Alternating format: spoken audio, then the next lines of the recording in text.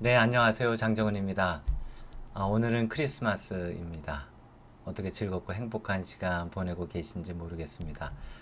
또 크리스마스 하면 뭐니 뭐니 해도 이 선물, 또 아이들도 산타 할아버지가 주는 선물을 기다리고 있지 않습니까?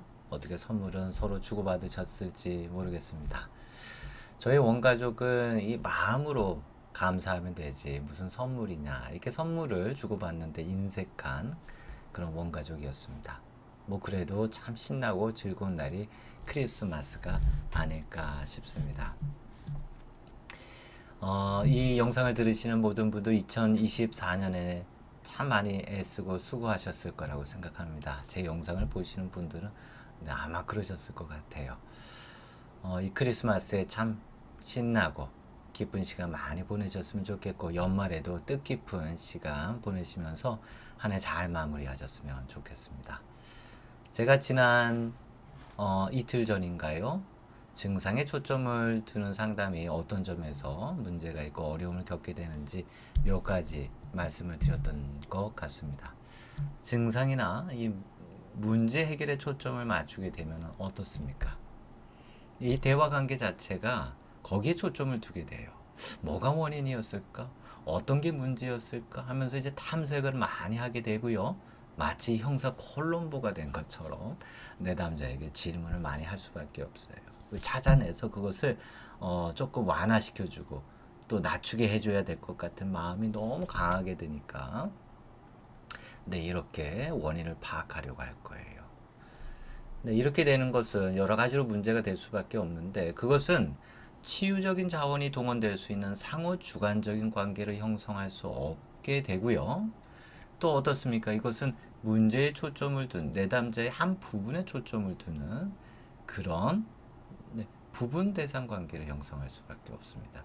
존재에 초점을 두는 것은 전체 대상 관계인 반면에 증상 하나에 초점을 맞추게 되고 문제를 어떻게든 해결하려고 하면 결국에는 상당히 부분 대상 관계를 형성하게 됩니다. 이 내담자를 어렵게 하고 또 지금의 어떤 그 존재를 형성하게 했던 하나의 부분 대상 관계를 지금 여기의 상담 관계에서도 반복하고 재현하는 그런 모양새가 되는 거예요. 또 더더욱 중요한 것은 이렇게 문제에 초점을 맞추고 또 증상에 초점을 맞추어서 대화 관계를 형성하게 되면은 정신분석에서 아주 중요하게 생각하는 공감하기, 안아주기, 담아주기, 네, 이러한 개입들을 할 수가 없어요. 정반대로 갈 수밖에 없습니다. 여러분이 한번 상담을 해보세요. 문제에 초점을 둬보세요. 증상을 해결해 주려고 한번 해보세요. 그러면 공감에서 점점 멀어지고 내가 형사 콜롬보가 셜록 홈즈가 되어가는 것을 보게 됩니다. 공감이 멀어져요. 내담자와 동일시하는 게 상당히 어려움을 겪게 됩니다. 이건 꼭 여러분이 한번 임상에서 경험해 보셔도 좋을 것 같습니다. 그리고 또 중요한 것은 이게 해결되지 않는, 이건 해결될 수가 없어요. 사람이란 존재를 잘 이해하셔야 됩니다. 해결될 수 없는 점에, 지점에 초점을 맞추다 보니까 이 상담 관계가 아무래도 무기력한 공간, 학습된 무기력이라고 저는 표현하는데, 학습된 무기력이 펼쳐지는 공간이 됩니다. 참 어쩔 수가 없어요. 이 증상에 초점을 두는 이 심리 상담 혹은 정신분석적 상담은 상당히 어려움을 겪게 될 거라고 저는 말씀드리고 싶습니다. 그래서 이 영상을 올려드렸더니 한 분께서 너무 좋은 질문을 주셨어요.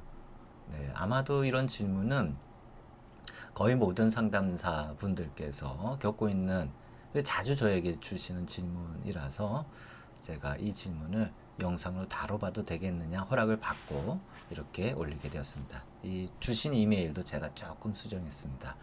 제가 한번 읽어보도록 할까요?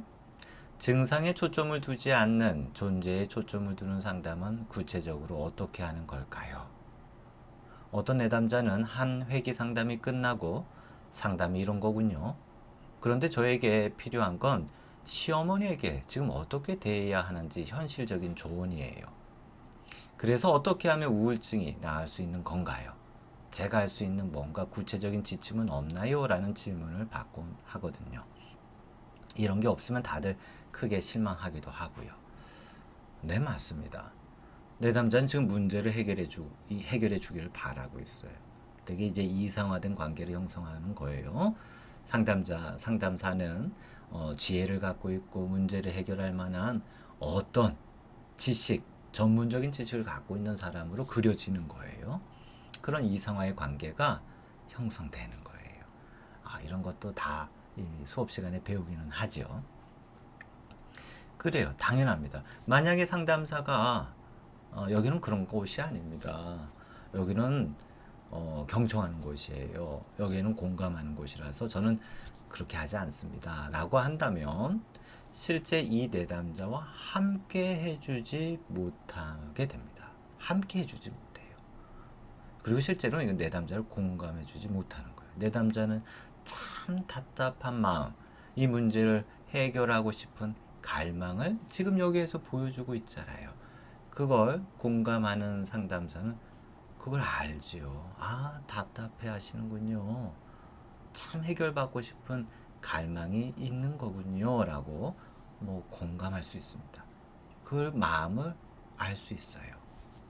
공감하기와 안아주기의 핵심적인 특징은 내담자에게서 배우는 겁니다. 내담자에게서 배우는 거예요. 안아주기는 참 이게 설명하기 쉬워 보이지만 대단히 어려운 개념입니다. 안아주기는 쉽게 말씀드리면 내담자에게서 배우는 거예요.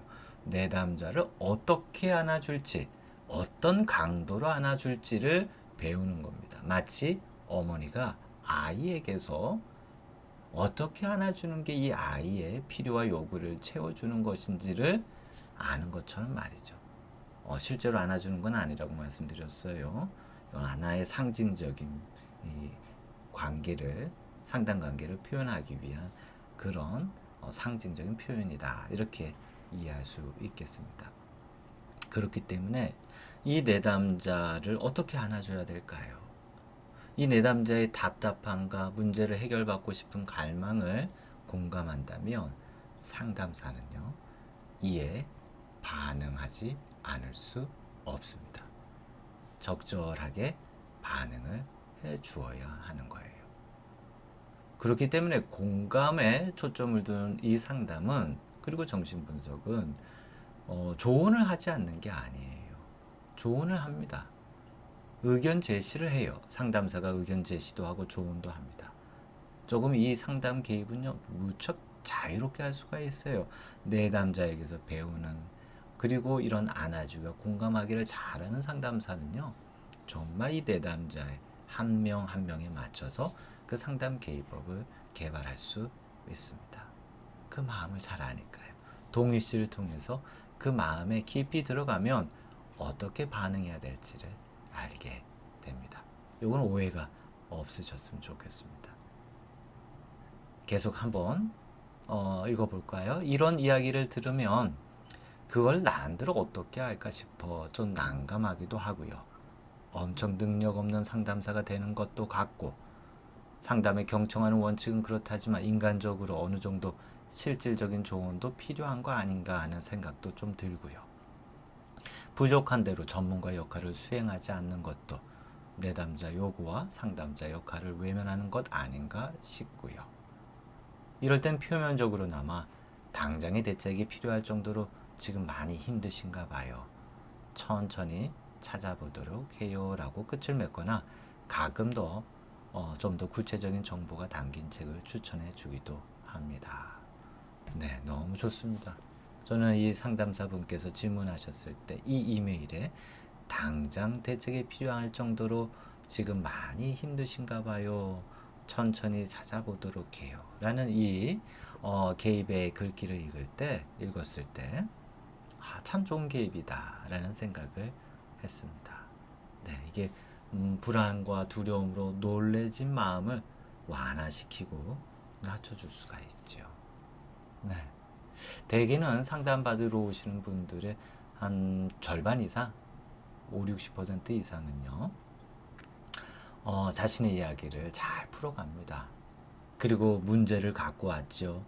또 자신을 불편하게 하는 것들이 있지만 자신의 이야기를 여기에서 할 수 있다는 것에 너무 기뻐하고 반가워하면서 이렇게 자신의 이야기를 잘 풀어가세요. 그들은 결국엔 이게 나의 존재의 어떤 측면이었구나라는 사실을 너무 잘 아는 거죠. 하지만 이렇게 이메일에 나와 있는 것처럼 이 답답함이 있는 거예요. 이 갈망함이 크신 내담자에게는 거기와 함께 해주지 않으면 이 내담자는 소외된 느낌을 갖게 됩니다. 내가 상담사가 나와 함께 하고 있지 못하다는 느낌을 받기 때문에 이것도 공감을 제대로 잘 못 받는 것이다 라고 이해할 수 있습니다. 저희 충분히 조언할 수 있습니다. 하지만 이 조언은 참 주의해야 됩니다. 상담사의 부드러운 의견 제시, 이것이 조언의 형태로 나타나면 참 좋을 거예요. 네, 그렇게 함으로써 이 내담자의 불안하고 두려운 마음을 낮춰주는 거예요. 완화시켜주는 거예요. 결국엔 이런 내담자들도 그 존재 자체에 관심을 둡니다. 자신의 존재에 그리고 충분한 자기 이해에 초점을 두는 상담을 참 반가워하고 즐거워하게 될 것입니다. 더 읽어보도록 하겠습니다. 여전히 아직은 잘 모르겠습니다. 증상에 초점을 두지 않고 존재에 동일시하는 상담사는 구체적으로 이런 내담자들에게 어떻게 해주어야 할까요? 똑같습니다. 내담자와 깊이 동일시하게 되면 내담자 각자에게 해당되는 그런 상담적인 개입을 할 수 있게 됩니다. 그게 바로 안아주기예요. 그게 바로 공감하기입니다. 어떻게 안아주는 것이, 어떤 강도로 안아주는 것이 이 내담자에게 필요한 것인지를 배우는 거예요. 알게 되는 거예요. 그것은 공감을 잘하는 사람만이 충분히 개발할 수 있고 또 충분히 발달시킬 수 있습니다. 네, 참 좋은 질문 주셔서 제가 이걸 영상으로 꼭 다뤄봐야 되겠다 해서 찍었는데 제가 오늘 크리스마스 기쁜 날이라고 들떠있는 바람에 제가 잘 전달했는지는 모르겠습니다. 아무튼 계속해서 이 수업 시간에도 많이 다뤘고요. 그리고 또 이어지는 영상에서도 2025년도에 계속해서 충분히 이런 내용들 많이 다뤄보도록 하겠습니다. 네, 올해가 끝나기 전 1000명의 구독자가 생겼으면 좋았을 텐데 아마 그 목표는 좀 이루기가 어려울 것 같습니다. 그래도 2025년에는 구독자 1000명이 될 수 있을 것 같아요. 여러분 남은 시간, 남은 2024년의 시간 뜻깊게 보내셨으면 좋겠습니다. 너무 수고 많으셨을 텐데 좀 각자에게 좀 보상해주고 또 보듬어주고 토닥여주는 그런 시간도 보내셨으면 좋겠습니다. 네, 다음 영상에서도 뵙겠습니다. 감사합니다.